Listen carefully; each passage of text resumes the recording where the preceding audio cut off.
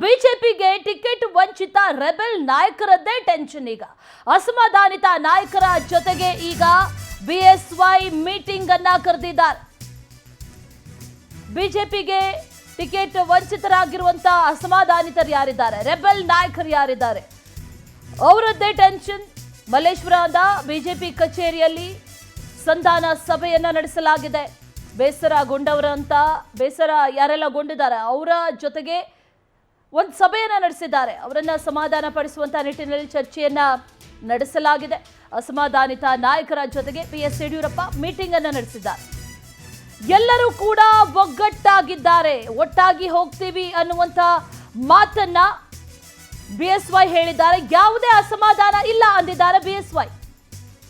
ಜನಾರ್ದನ್ ರೆಡ್ಡಿ ಪಕ್ಷಕ್ಕೆ ಬಂದಿದ್ರಿಂದ ಆನೆ ಬಲ ಬಂದಿದೆ, ಎಲ್ಲರೂ ಕೂಡ ಒಟ್ಟಾಗಿ ಚುನಾವಣೆಯನ್ನ ಎದುರಿಸ್ತೇವೆ ಅಂದಿದ್ದಾರೆ.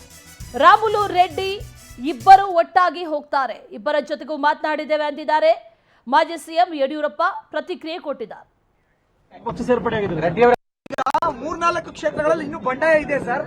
ಇವತ್ತು ಎಲ್ಲವೂ ಸರಿ ಹೋಗುತ್ತೆ, ಯಾವುದೂ ಸಮಸ್ಯೆ ಇಲ್ಲ. ಇನ್ನೊಂದು ಕ್ಷೇತ್ರ ಇವತ್ತು ನಾಳೆ ಅನೌನ್ಸ್ ಮಾಡ್ತಾರೆ. ಚಿತ್ರದುರ್ಗ 28ಕ್ಕೆ 28 ಗೆಲ್ಲಕ್ಕೆ ನಾವು ಶಕ್ತಿ ಮೀರಿ ಪ್ರಯತ್ನ ಮಾಡ್ತಾ ಇದ್ದೀವಿ. ಅದರಲ್ಲಿ ಯಶಸ್ವಿ ಆಗ್ತೀವಿ ಅನ್ನೋ ವಿಶ್ವಾಸ. ಪಕ್ಷ ಸೇರ್ಪಡೆಯಾಗಿದೆ.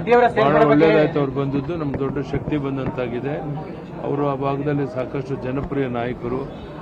ಡೆಲ್ಲಿನಲ್ಲಿ ಅವ್ರು ಕರೆದು ಮಾತನಾಡಿ ಒಪ್ಕೊಂಡು ಬಂದಿರುವಂತದ್ದು ನಮ್ಗೆ ದೊಡ್ಡ ಶಕ್ತಿ ಬಂದಂತಾಗಿದೆ. ಶ್ರೀರಾಮುಲು ಜೊತೆ ಒಟ್ಟಾಗಿ ಹೋಗ್ತಾರೆ ಸರ್. ಎಲ್ಲರೂ ಒಟ್ಟಾಗಿ ಇವತ್ತೇ ಒಟ್ಟಾಗಿ ಸೇರಿದ್ರು, ಒಟ್ಟಿಗೆ